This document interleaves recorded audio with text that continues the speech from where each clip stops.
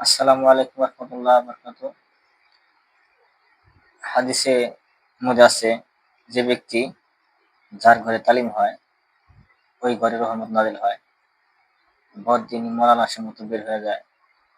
আমরা একটা তালিম করবো ইনশাআল্লাহ, মনোযোগ সহকারে শুনবো।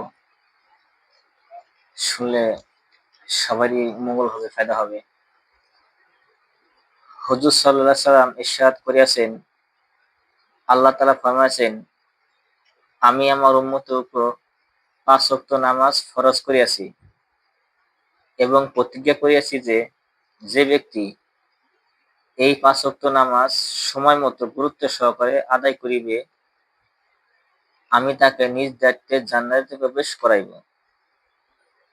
আর যে ব্যক্তি গুরুত্ব সহকারে এই নামাজ সময় আদায় করিবে না, তাহার ব্যাপারে আমার কোনো দায়িত্ব নাই। আবু দাউদ শরীফ হাদিস। অন্য এক হাদিসে বিষয়টি আরো পরিষ্কারভাবে বর্ণিত হইয়াছে যে, আল্লাহ তাআলা ৫ ওয়াক্ত নামাজ ফরজ করিয়াছেন। যে ব্যক্তি অবহেলা সত্ত্বেও এই নামাজের কোনো প্রকার ত্রুটি করে না, বরং উত্তমরূপে ওযু করিয়া সময় মতো খুশু-খুজুর সহিত নামাজ পড়ে, আল্লাহ তাআলা ওয়াদা করিয়াছেন যে, তাকে অবশ্যই জান্নাতে প্রবেশ করাইব। আর যে ব্যক্তি এইরূপ করিবে না, তাহার প্রতি আল্লাহ তাআলার কোনো ওয়াদা নাই। তাকে ক্ষমা করা বা শাস্তি দেওয়া সম্পূর্ণ আল্লাহ তাআলার ইচ্ছার উপর নির্ভর করিবে।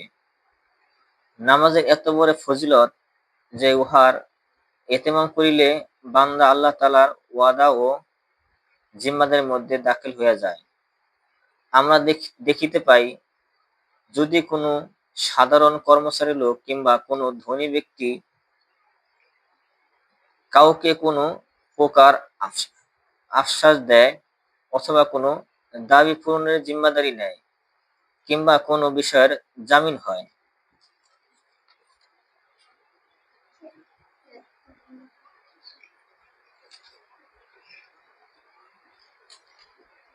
তবে সেই ব্যক্তি কত নিশ্চিত ও আনন্দিত হয় এবং সেই প্রভাবশালী ব্যক্তি কি পরিমাণ কৃতজ্ঞ ভক্ত হইয়া যায়। অথচ এখানে মামুলি একটি ইবাদত, যাহাতে তেমন কোনো কষ্ট নাই, উপরোক্ত সকল বাদশাহের বাদশাহ ওয়াদা করিয়াছেন, এত সত্ত্বেও উহার প্রতি আমরা উদাসীন। ইহাতে কার কি ক্ষতি, নিজেরই দুর্ভাগ্য এবং নিজেরই ক্ষতি। যে নামাজ থেকে পড়া হলো, আসলে নামাজ সবচেয়ে গুরুত্বপূর্ণ একটি ইবাদত। যার নামাজ ঠিক হয়ে যাবে তার সব ঠিক হয়ে যাবে। আর কাল কিয়ামতের ময়দানে সর্বপ্রথম নামাজের হিসাব নেওয়া হবে।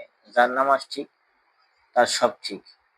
এই জন্য আমরা সময় মতো নামাজ পড়বো, নামাজের গুরুত্ব সহকারে আদায় করব। আর প্রত্যেকটা মানুষ নিজের ঘরে তালিম করব। আপনি যে কোনো হাদিস থেকে পড়তে পারেন, দ্বীনি কিতাব, অনেক কিতাব আছে, যেটা পছন্দ হয় এটা পড়তে পারেন। আসসালামু আলাইকুম রহমতুল্লাহি ওয়া বারাকাতুহু।